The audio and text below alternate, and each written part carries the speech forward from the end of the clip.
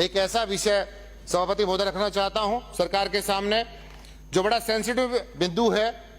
हमारे UltraTech cement का वहां एक प्लांट चल रहा है बोनपरा जोधपुरा में, और बहुत लंबे समय से एक समस्या वहां के किसानों की बनी हुई है।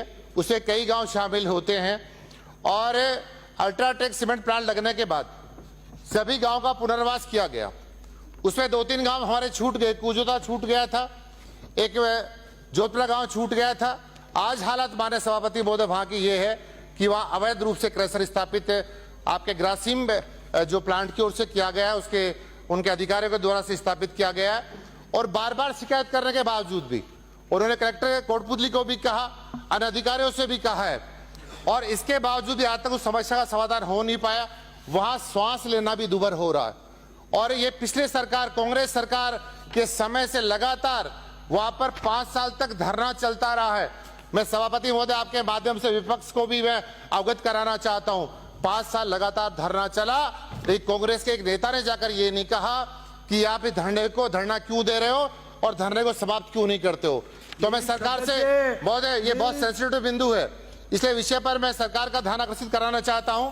मैं सभापति महोदय आपके माध्यम से उद्योग मंत्री से आग्रह करता हूं कि तत्काल प्रभाव से अच्छे उच्च स्तरीय कमेटी का गठन हो, और जो ये अवैध रूप से बिना किसी एनओसी के वहां पर क्रशर अभी नया लगाया गया, बहुत बड़ा उत्पादन उससे क्रशर से होने वाला है, उसकी जांच होनी चाहिए। पुनर्वास 2 गांव का किया नहीं गया। वह कांग्रेस पार्टी के कुछ दलाल के रूप में वहां उन्होंने पकड़ रखे हैं ग्रासिम सीमेंट वालों ने। इससे मैं निवेदन करना चाहता हूं सभापति महोदय आपके माध्यम से सरकार से इसकी जांच होनी चाहिए। और पुनर्वास किस प्रकार से हो सकता है, इतने वर्ष क्यों लगे?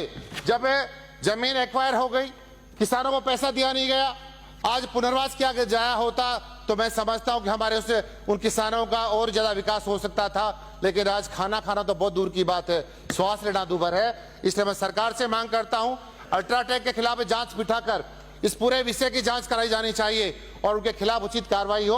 और जो लगातार 5 साल से हमारे किसान भाई धरने पर बैठे हैं, उनको उठाकर उनका सम्मान होना चाहिए। इस प्रकार का निवेदन मैं आपके माध्यम से सरकार से करना चाहता हूं। सभापति, बहुत सारे विषय मेरे अभी छूट गए, लेकिन मैं समय की बाध्यता को समझता हूं।